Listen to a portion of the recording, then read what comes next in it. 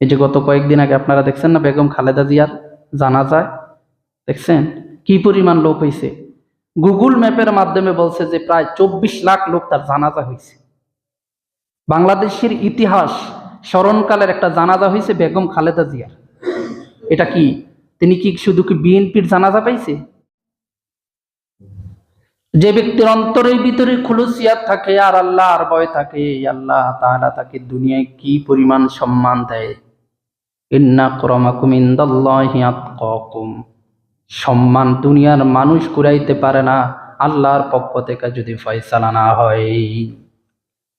এই যে গত কয়েকদিন আগে আপনারা দেখছেন না বেগম খালেদা জিয়ার জানাজায়, দেখছেন কি পরিমাণ লোক হয়েছে।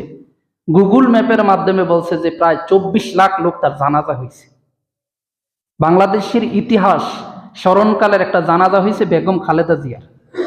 এটা কি তিনি কি শুধু কি বিএনপির জানাজা পাইছে? দল মতের ঊর্ধ্বে উঠে সবাই তার জানাজায় শরীক হয়েছে। কেন? তার কাছ থেকে আলেমরা, দেশের মানুষ নির্যাতিত হয় নাই। উনি এমন কোনো কাজ করেন নাই যে মানুষ তাকে স্বৈরাচার, তাকে মানুষ খারাপ বলবে, তাকে নিন্দা করবে। সকলেই তার মৃত্যুতে শোকাহত ছিল, তার জন্য দোয়া করেছে। সকল দলের প্রতিনিধিরা, সকল দলের দায়িত্বশীলরা তার জানাজায় গেছে। এর একটাই কারণ তিনি এমন কোনো ভালো কাজ করেছেন যেটা আল্লাহ কবুল করেছেন আর আল্লাহ তার প্রতি রহম করেছেন। এই জন্য সকল মানুষরা তার জানাজায় গিয়ে তার জন্য কেঁদেছেন, দোয়া করেছেন। বাংলাদেশ প্রতিষ্ঠিত হওয়ার পরে 4জন ব্যক্তির জানাজায় সবচেয়ে উল্লেখযোগ্য লোক বেশি হয়েছে। মরহুম প্রেসিডেন্ট জিয়াউর রহমান, তারপরে হচ্ছে যে হাটহাজারীর মুফতি শফি রহমতুল্লাহি আলাইহি, আহমদ শফি সাহেব যখন মারা গেলেন তার জানাজায় প্রায় 5 লক্ষাধিক লোক হয়েছে। তারপরে যে গত কয়েকদিন আগে হাদি শরীফ ওসমান হাদি মারা গেলেন, মিডিয়া বলল প্রায় 10 থেকে 12 লক্ষ লোক হয়েছে। আর সর্বশেষ বেগম জিয়া জানাজায় 24 লক্ষ লোক হয়েছে। এই জানাজাগুলো বোঝা যায় আল্লাহর পক্ষ থেকে তাদের প্রতি সাহায্য, সহযোগিতা, দয়া, তাকওয়ার কারণে, কোনো ভালো কাজের কারণে আল্লাহ তাদেরকে কবুল করেছেন। এই জন্য মানুষের হৃদয় থেকে দোয়া, ভালোবাসা এসেছে। এই জন্য তাকওয়ার জীবন যদি পরিচালনা করতে পারি, নিশ্চয়ই আল্লাহ আমাকে আপনাকে যদি কবুল করতে পারেন।